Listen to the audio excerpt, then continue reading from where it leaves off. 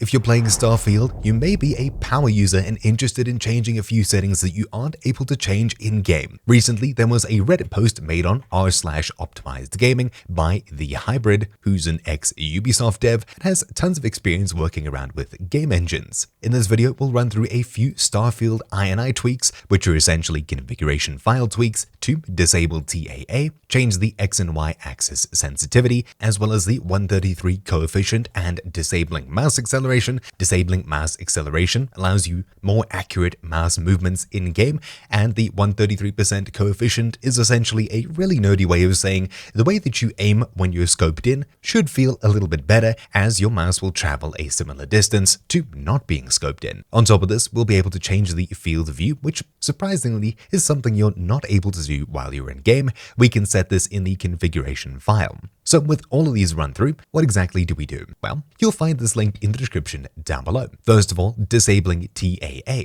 TAA is only going to make a difference if you're running the game in native resolution. If you're using something like FSR, or in the future maybe DLSS, this isn't really going to make any kind of a difference, but essentially anti-aliasing blurs your screen slightly. TAA does exactly that, and by forcibly disabling it, we can make the game appear more sharp, assuming you're not playing with DLSS or something that blurs the game and sharpens it anyways. As for a performance impact, it's probably going to be very small, if not none at all. For this, we'll need to select all of this text at the very top here, which essentially takes us to our Documents, My Games Starfield folder. Right-click, copy, Start and R, or Windows key and R. At the same time, to open up the Run dialog, we'll paste it in here and hit Enter. This will open up Documents, My Games Starfield. Now inside of here, we'll need to create or edit the existing Starfield custom.ini file, which is for me not here. Make sure you have file name extensions enabled, so click View, followed by Show, and make sure that file name extensions and hidden items are both ticked. On Windows 10, go to the View tab at the very top, and you'll find their tick boxes on the far right. So we'll right-click, New, followed by Text Document. We'll select everything including .txt. We'll copy the name here, and inside of the folder, we'll right-click, New, Text Document, and selecting everything including .txt, we'll paste in the text and hit Enter. And finally, to open it up with something like Notepad. Now we're editing the Starfield custom configuration file. We'll copy this next bit of text here, as such, paste it in, and hit Ctrl+S to save. We should have now disabled temporal anti-aliasing,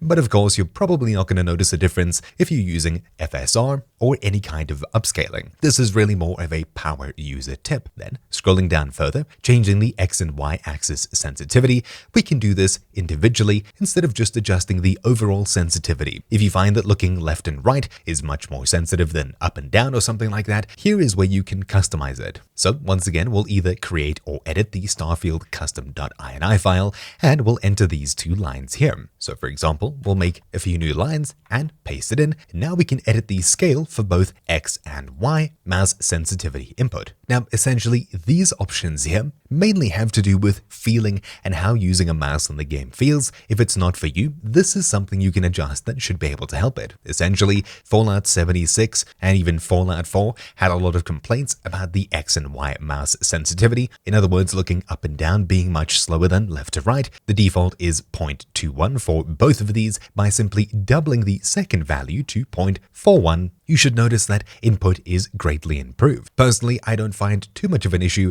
with how mouse sensitivity is currently, so I won't be worrying about this at all. Then 133 coefficient and no mouse acceleration. The mouse acceleration I would personally like, but as for changing the sensitivity while scoped in, it's an improvement that if you happen to like, it's probably worthwhile adding. This is in a different file, however, starfieldprefs.ini. This file more than likely already exists, so you probably won't need to create it. Instead, open it with Notepad and you'll find a ton of options in here. What we'll do is we'll look for F-look speed pitch. So we'll search and hit Enter. Unfortunately, we don't have anything. So we'll skip to the very end of the display settings, Bethesda and legal at the very bottom here. On new lines, we'll copy and paste this next block here. We'll paste it in and save it. By doing so, we're now disabling mouse acceleration and changing the input sensitivity while we're scoped in. You can of course remove these or customize these as you see fit. However, on this guide, they do recommend setting the file to read only, obviously to stop the game changing these settings and removing it. I assume if you change your graphics settings, it'll override your mouse settings here and they'll no longer apply to the game. So all you need to do is right-click Starfield prefs.ini, select Properties, and on the General tab, simply tick Read Only and click Apply. Do note that when you do this, changing in-game settings won't be persistent, so if you change, for example, motion blur or enable VSync, when you restart the game, these settings will no longer apply. You'll need to make this file no longer read-only